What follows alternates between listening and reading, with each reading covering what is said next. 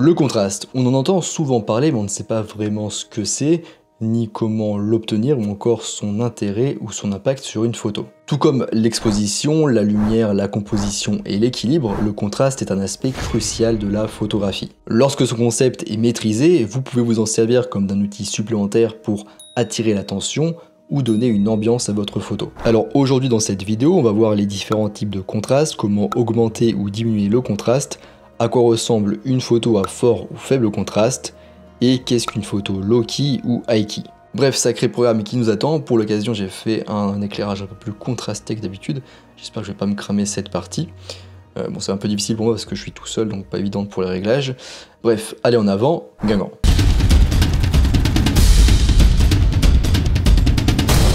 Avant de commencer, je vous rappelle que vous pouvez retrouver l'article beaucoup plus complet que je vous laisse en description, je vous laisse un lien en description. Et vous pouvez aussi vous inscrire à ma formation gratuite sur les bases de la photographie. Je vous laisse un lien dans la description ou cliquez en haut à droite de la vidéo sur la notation. Alors, qu'est-ce que le contraste ? Alors de manière générale, contraste en français est égal à différence. On peut avoir le contraste tonal ou encore contraste de luminosité, le contraste de couleur, le contraste de texture ou enfin le contraste de concept. Le contraste peut être de faible à fort. Alors comme on vient de le voir, il existe plusieurs types de contraste, mais en général en photographie et entre photographes quand on parle de contraste, on parle du contraste de luminosité ou contraste tonal. Tout simplement car historiquement le contraste tonal est une pierre angulaire de la photographie.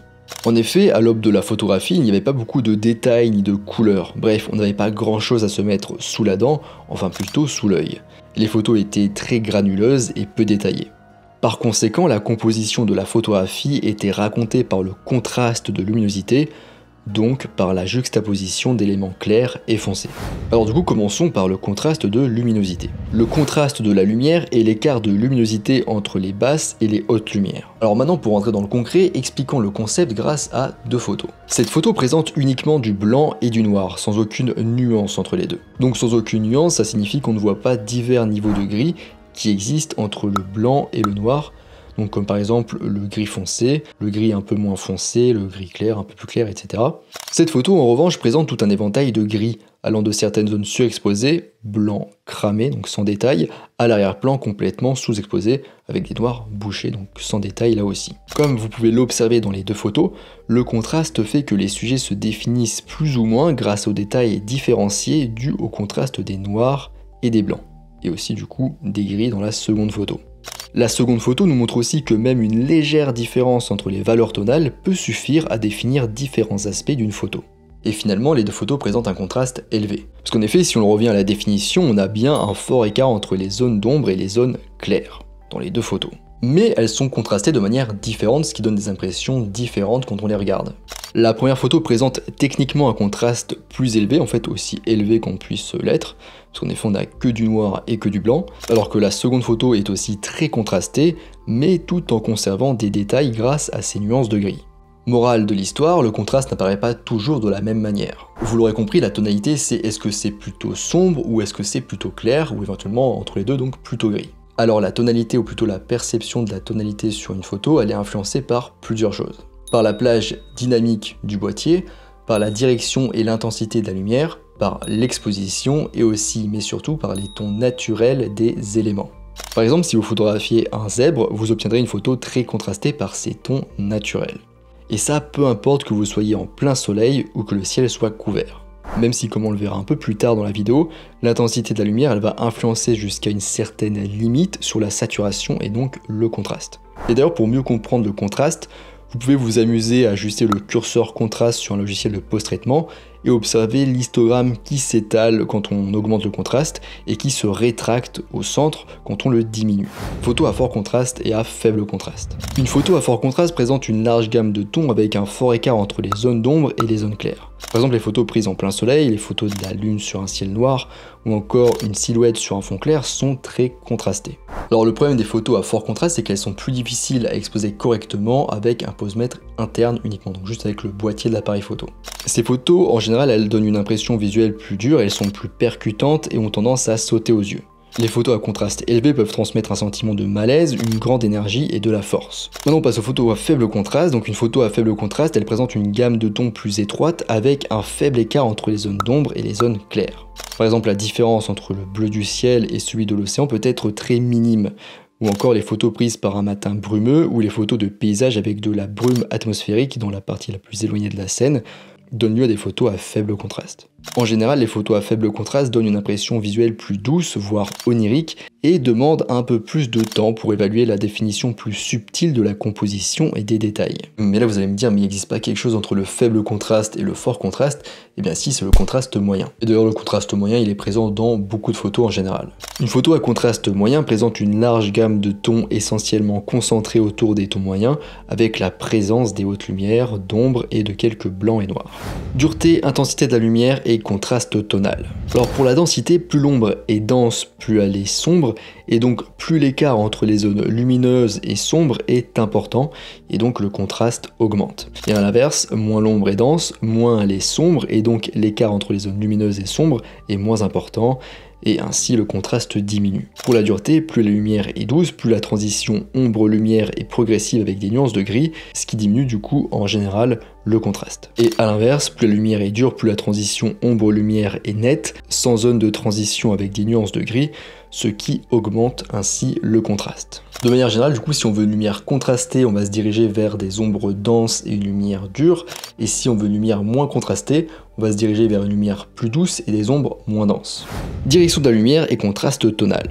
Lorsqu'un objet est éclairé de face, donc on peut appeler ça aussi du front lighting, la lumière remplit les crevasses, les creux et aplatit les bosses et les reliefs. Il y a donc très peu d'ombre et ainsi peu de contraste tonal. La lumière latérale ou encore éclairage en side lighting est idéale pour faire ressortir la texture grâce à ses ombres et donc pour augmenter le contraste tonal tout en conservant du détail et des subtilités de contraste.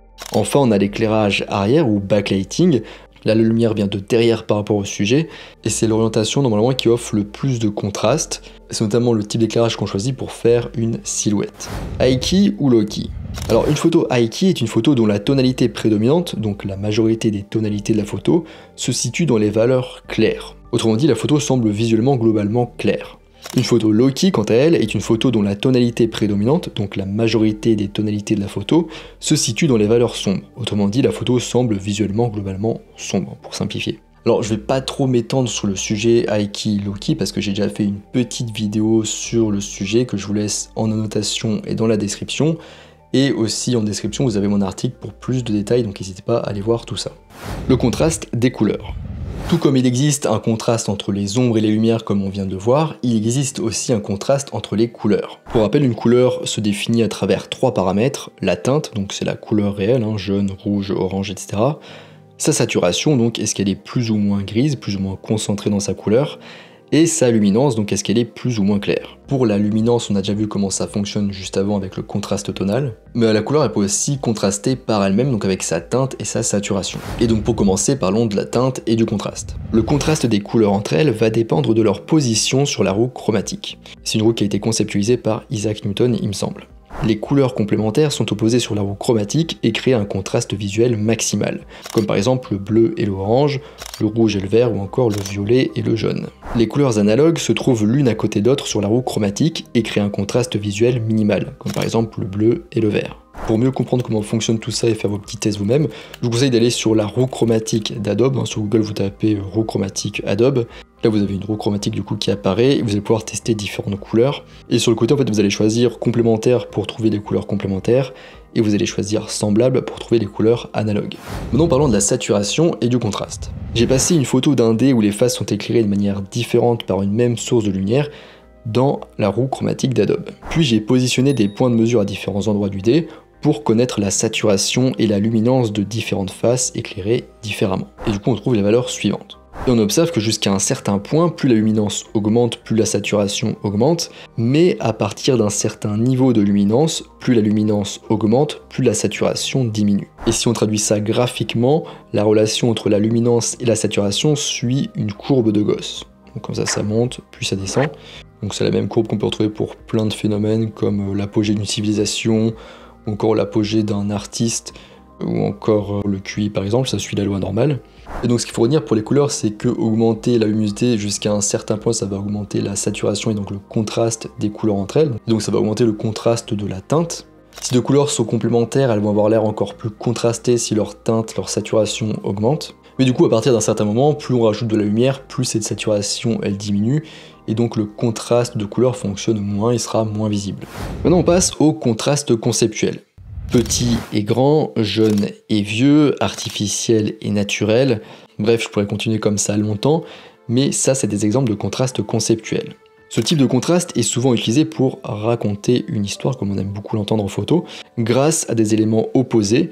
Et ces photos, elles ont souvent un effet surprenant car elles rassemblent dans un même cliché deux éléments qu'on ne s'attend pas à voir côte à côte. Maintenant on passe au contraste des textures.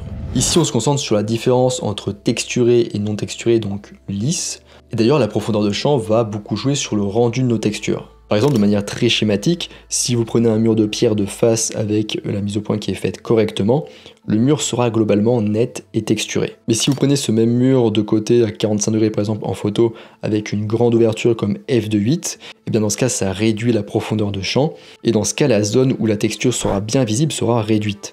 Et une bonne partie du mur sera dans le flou et donc sera moins texturé. Globalement, le contraste de texture, on l'utilise de deux façons. Première façon, c'est si votre photo est composée d'éléments texturés, eh bien on va en général utiliser un arrière-plan doux pour les faire ressortir. Et la deuxième façon, c'est de positionner un élément doux devant et d'avoir un arrière-plan texturé pour faire ressortir le sujet. Et d'ailleurs, la texture joue beaucoup sur l'équilibre visuel d'une photo. Donc ce qui est texturé aura plus de poids visuel et attirera du coup plus l'œil, et ce qui est moins texturé aura moins de poids visuel et du coup attirera moins l'œil.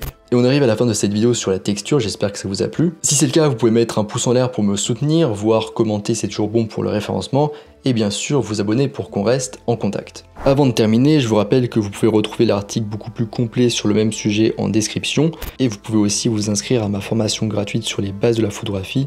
Je vous laisse une annotation en haut à droite et un lien en description. Moi je vous laisse ici à votre contraste et je vous dis à bientôt sur les internets mondiaux.